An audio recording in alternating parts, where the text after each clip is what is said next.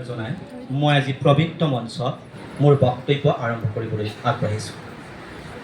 আজিৰ দিনটো কেৱল এটা অনুষ্ঠানৰ দিন নহয়, এটা উৎসৱ নহয়।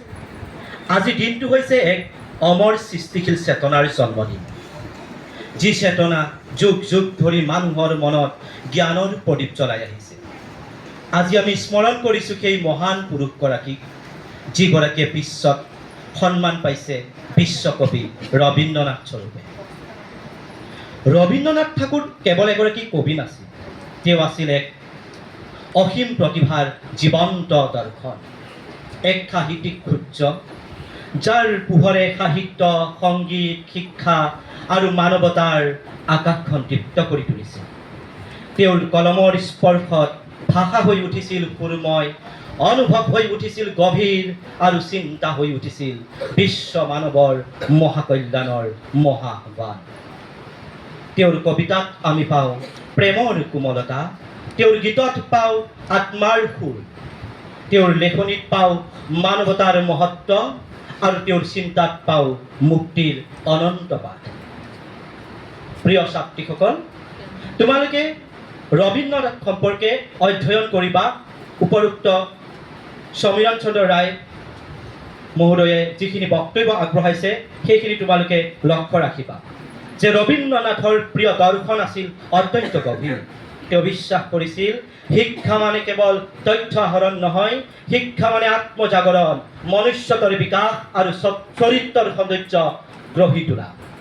সেইকাৰণে তেওঁ কৈছিল শিক্ষাৰ উদ্দেশ্য হৈছে মানুহক বাহিৰৰ জগতৰ সৈতে নহয়, বৰঞ্চ নিজৰ অন্তৰ আত্মাৰ সৈতে নিজক চিনাকি কৰাই দিয়া। অৰ্থাৎ আমি শিক্ষা এনেভাৱে লাভ কৰিব লাগে, কেৱল বাহ্যিক জগতৰ লগতে আমি অন্তৰখনক জানিব লাগিব।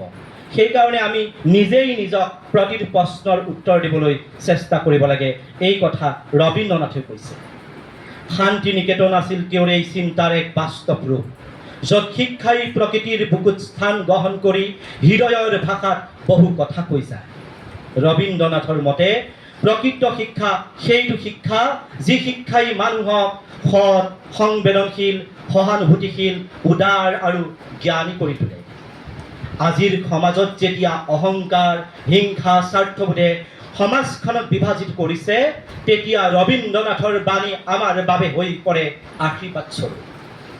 তেওঁৰ জীৱনৰ মূল সুৰ আছিল মানৱতাবাদ। ভাষা, জাতি, ধৰ্ম, বৰ্ণ, সীমাৰ পৰিধি ভাঙি তেওঁ গাই গৈছিল মানৱতাৰ গান। তেওঁৰ কবিতাৰ এটি পংক্তি মোৰ মনলৈ আহিছে, আমি সকলোৱে কৈয়েই থাকোঁ, যদি তোৰ ডাক শুনে কেউ না আছে তবে একলা চলোৰে।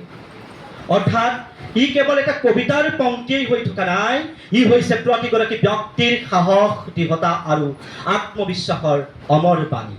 ই আমাক শিকাই সত্যৰ পথত চলিবলৈ হ'লে অনেক কণ্টেক্টময় জীৱনৰ বাটত আগবাঢ়িব লাগিব, আৰু কেতিয়াবা তাত তোমালোকে অকলশৰীয়া অনুভৱ কৰিব পাৰা। আৰু এই অকলশৰীয়া জীৱনটোক আগুৱাই নিবলৈ হ'লে তুমি ভয় পৰিহাৰ কৰি সৎ পথত আগুৱাই যাব লাগিব, কাৰণ সত্যৰ পথেই হৈছে আলোকৰ পথ।